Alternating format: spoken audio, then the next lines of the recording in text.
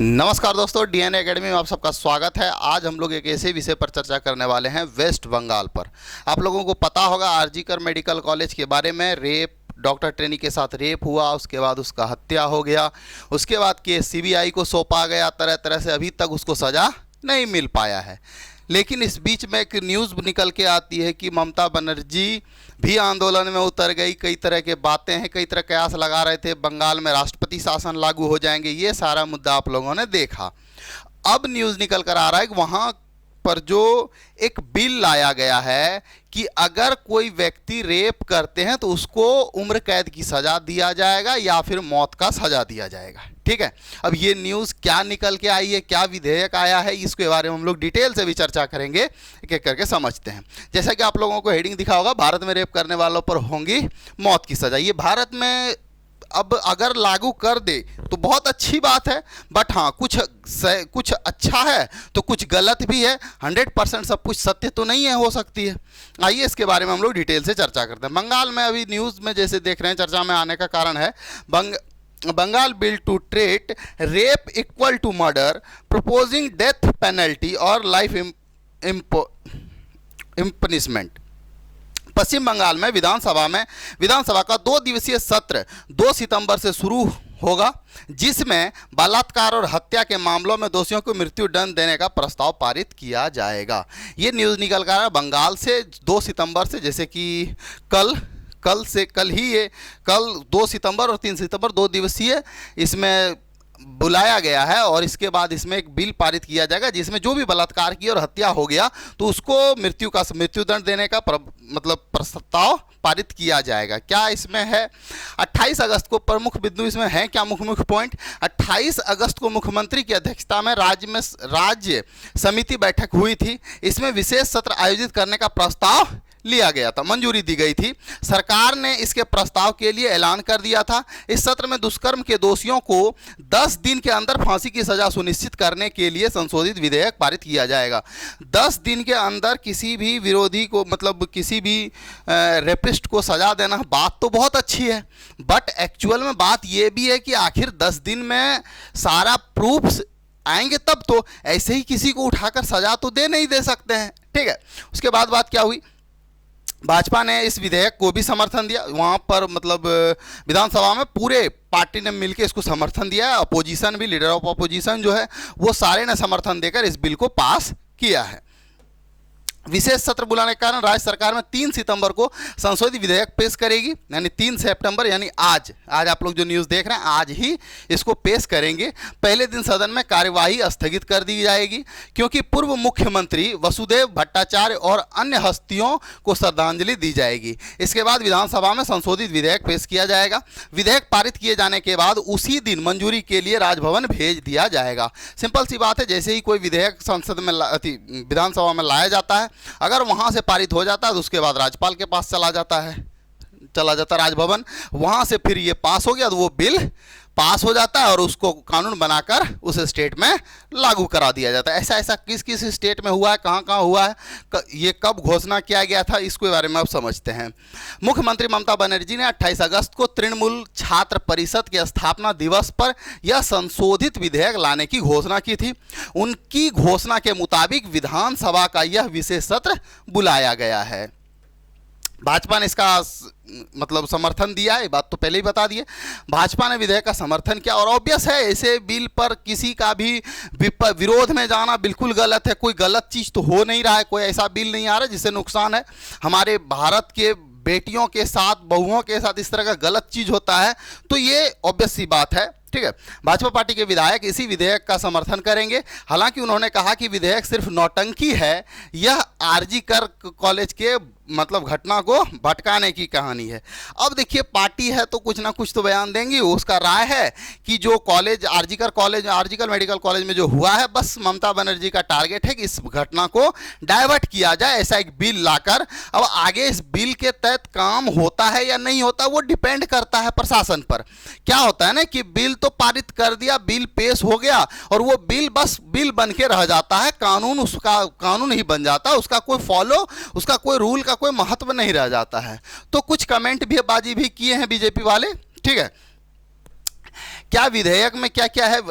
राज्य विधि विभाग के अनुसार विधेयक में शामिल प्रस्ताव है, विधेयक बलात्कार की सभी घटनाओं को भले ही पीड़िता बच जाए या हत्या के सक्षम समकक्ष वर्गीकृत करेगा। बलात्कार और हत्या के मामलों में मृत्युदंड की सजा का प्रावधान होगा। इसके अलावा अपराधी के परिवार पर भारी जुर्माना भी लगाया जाएगा। विधेयक में निर्णय अवधि को छोटा करने का भी प्रस्ताव होगा। मतलब विधेयक में जो निर्णय अवधि है वो छोटा करने का भी प्रस्ताव हो सकता है। ठीक है।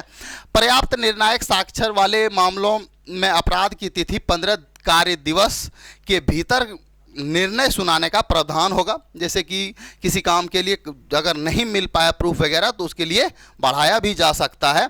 विधेयक में यह प्रावधान किया गया है कि अगर अपराध की सूचना देने के 6 घंटे के भीतर पीड़िता को चिकित्सा जांच कराई जानी चाहिए। आरोपी की गिरफ्तार के तुरंत बाद चिकित्सा जांच करनी चाहिए।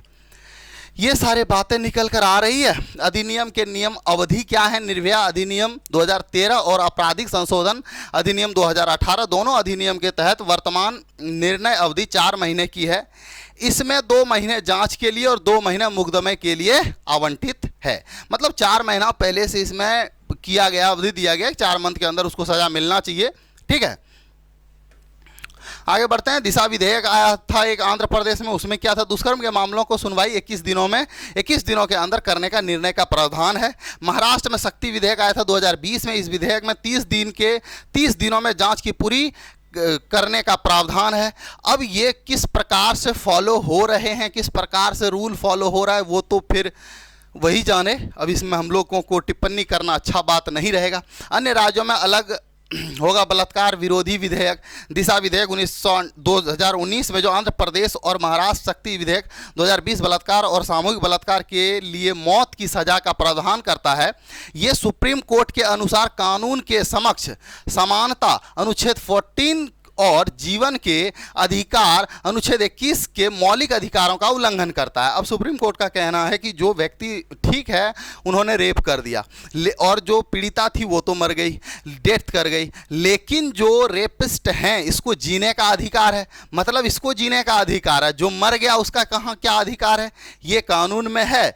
अब फिर बंगाल बलात्कार विरोधी विधेयक में मृत्युदंड और आजीवन कारावास का विकल्प है, जो उस अदालत को अपने विवेक का प्रयोग करने की अनुमति देता है। देखिए, ये सारे बिल जो स्टेट में पारित होता है ना, ये फंस कहाँ पर जाता है?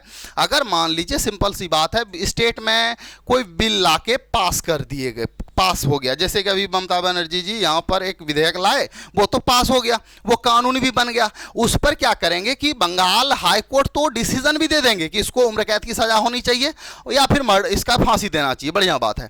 लेकिन मुद्दा फंसता कहाँ है? ये केस जैसे अपील हो जाता है सुप्रीम कोर्ट में, और सुप्रीम कोर्ट में साफ तौर पर बोला गया है, ये सुप्रीम कोर्ट के अनुसार ये सारे कानून जो है समक्ष समानता अनुच्छेद 14 और जीवन के अधिकार अनुच्छेद 21 के मौलिक अधिकारों का उल्लंघन करता है। तो मामला जाके फंस कहां जाता है? सुप्रीम कोर्ट में। अगर हाई कोर्ट डिसीजन दे भी दिया, प्रॉब्लम क्या है ना कि यहां पर अगर हाई कोर्ट कोई डिसीजन दे देते हैं तो आदमी सीधा सुप्रीम कोर्ट दौड़ जाते हैं। इसीलिए तो भारत में इतने इतने केस पेंडिंग हैं। अगर ऐसा नहीं होता तब तो इतना केस पेंडिंग ही नहीं होता। जैसे अमेरिका की अगर बात करें, वहां का जो सुप्रीम कोर्ट है, बहुत सारे वहां पर भी स्टेट्स हैं, वहां पर क्या होता है ना कि किसी स्टेट की मुद्दा है तो वो मेन सुप्रीम कोर्ट पर पहुंचता ही नहीं है, वो उसी में हाई कोर्ट, मान लीजिए हम लोग अपने एक तरह समझते हैं, वहां पर जो मेन हाई कोर्ट है उसी हाई कोर्ट से एक अपर लेवल का कोर्ट वहां पर बनाया गया है और उस स्टेट का समस्या उसी कोर्ट में समाधान हो जाना है, वो सुप्रीम कोर्ट तक पहुंचता ही नहीं है। लेकिन भारत में एक समस्या क्या है ना कि अगर कोई जगह जमीन का भी केस लड़ रहा है, ठीक है, अगर पावरफुल व्यक्ति है, जमीनी विवाद है, हाई कोर्ट में वो हार गया, वो भी सुप्रीम कोर्ट में जाके अपील कर देता है क्योंकि उसके पास पावर है, पैसा है, सत्ता है। ये चीज नहीं होनी चाहिए, बट क्या ही कर सकते हैं। चलिए इसके बारे में और थोड़ा सा डिटेल से देखते हैं क्या क्या है। अन्य राज्यों में बलात्कार विरोधी का विधेयक क्या है? दिशा विधेयक 2019 में आंध्र प्रदेश में लाया गया था। आंध्र प्रदेश सरकार ने हैदराबाद में होते हुए सामूहिक दुष्कर्म के मामले के बाद विधेयक पारित किया था। आंध्र प्रदेश के ये कानून पास करने वाला भारत पहला राज्य बना था। इस प्रकार का कानून आंध्र प्रदेश में ही पहले पारित किया गया था। इसमें राज्य में दुष्कर्म के मामलों में सुनवाई 21 दिनों के अंदर करने का निर्णय लिया गया था। इस कानून के तहत सभी जिलों में विशेष अदालतें गठित की जाएंगी। ये महिलाओं और बच्चों के खिलाफ होने वाले अत्याचार के मामलों का मुकदमा चला जाएगा। अभी तक यह बिल मंजूरी के लिए राष्ट्रपति के पास पड़ा हुआ है। बोलिए, अभी तक राष्ट्रपति के पास ये बिल बना कर भेजे हैं, लेकिन अभी तक राष्ट्रपति के पास पड़ा हुआ है, अभी तक सिग्नेचर करके पहुंचा ही नहीं है। तो सब कुछ डिले चलता है, क्या ही कर सकता है। महाराष्ट्र में शक्ति विधेयक आया था, शक्ति विधेयक बिल 2020 में आया था। महाराष्ट्र विधानसभा में 23 दिसंबर 2021 को यह बिल पारित किया गया था। महाराष्ट्र भारत का दूसरा राज्य बना था जिसने यह कानून पास किया था। 16 वर्ष से कम उम्र की महिलाओं के साथ बलात्कार और सामूहिक बलात्कार के जघन्य अपराध के मामले में मौत की सजा या आजीवन कारावास, इस तरह के मामलों में 30 दिनों में जांच पूरी करने का प्रावधान था। यदि ऐसा नहीं होता है तो विशेष महानिरीक्षक या पुलिस आयुक्त के कारण निर्दिष्ट करने के बाद और 30 दिनों का समय दिया जा सकता है। ठीक है, ये मामला है। वर्तमान में भारतीय कानून का प्रावधान क्या है? वर्तमान में भारतीय आपराधिक कानून 18 वर्ष से कम आयु के लड़कियों के साथ सामूहिक बलात्कार, 12 वर्ष से कम लड़कियों के साथ बलात्कार या सामूहिक बलात्कार के परिणाम स्वरूप पीड़िता की मृत्यु हो जाती है तो वह अचेत अवस्था में चली जाती है, बार बार अपराध करने वाले के लिए मृत्युदंड की अनुमति देता है। मतलब सिंपल सी बात है, हम लोगों का जो कानून है, देखिए कानून के खिलाफ नहीं है, बट ऐसा है ना कि किसी का बलात्कार हो गया, बार बार बलात्कार किया जा रहा है, कई तरह की बातें हो रही है। एक बलात्कार जब होता है बड़ा केस बनता है। अभी सोचिए ना कि जिसके घर में जिसकी बेटी के साथ ऐसा हुआ, जिसका बहन के साथ ऐसा हुआ, अब सोचिए उसका घर में क्या गुजर रहा होगा। वो दर दर की ठोकरें खा रही है, कल पुलिस से मिल रहा है, परसों वकील से मिल रहा है, परसों कोर्ट जा रहा है। क्या ऐसा होना चाहिए? तो आप लोग इसके बारे में क्या सोचते हैं? जैसा कि आप लोगों को पता होगा, निर्भया कांड फांसी तक पहुंचाने के लिए कितने वर्ष लग गए। ठीक है, उसी तरह से इसमें भी लगेंगे। यहाँ पर कोई भी चीज़ आसानी से नहीं मिलता है, ना ही होता है, बट क्या ही कर सकते हैं। तो आप लोग इसके बारे में क्या सोचते हैं? इस बिल के बारे में क्या सोचते हैं? क्या इससे कुछ अपराध कमी होगी? जो इतने रेप हो रहे हैं आजकल, क्या इसमें कुछ कमी आएंगी?